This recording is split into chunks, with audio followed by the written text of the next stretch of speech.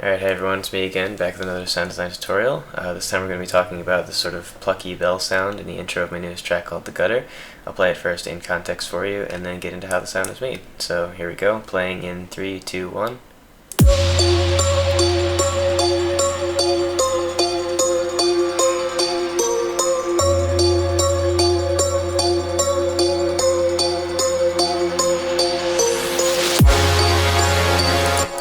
Alright, so you get the idea.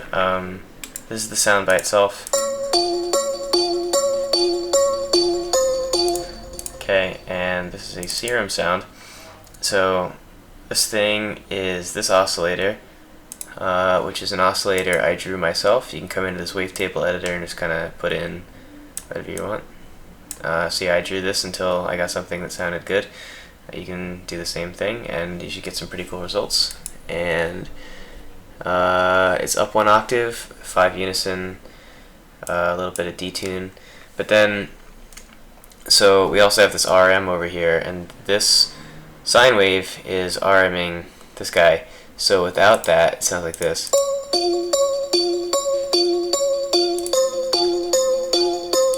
Right, so it still sounds mostly the same without it, but it adds a little bit of interest to it. So let me exaggerate it for you.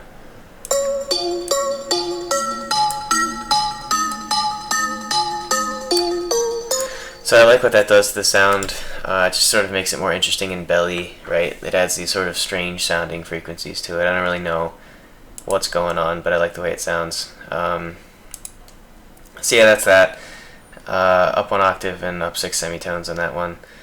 And then you'll notice that in the global tab, we have +1 stack super mode here. And what that does is some of these unison voices are up 1 octave, so it would be +2. And you can control that with this blend. Again, I can sort of exaggerate that.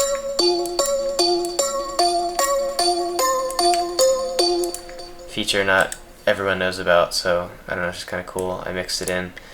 And then that's it for this page, actually. Oh no, there's pitch mod on this oscillator. So I put this LFO on the pitch here, and it says 0, but it's actually still doing stuff. Rate 116 and delay 116. So this is also the sine wave LFO, which you can get in here. Sine. Yeah, so if I bypass this, you can notice the difference.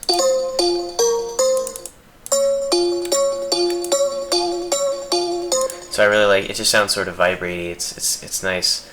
It just adds a little bit of interest. And then also there's this envelope here which has about a second decay time, and it's on only the RM on this page, but it's on a lot of the effects stuff. So yeah, this is what gives it sort of the pluckiness, because it's on this filter at the end. So it goes up at the beginning and like plucks downward, right? And then I put on all these other things like the hyper and the distortion and the compressor, and just to make it more interesting. So the hyper is actually a big part of this.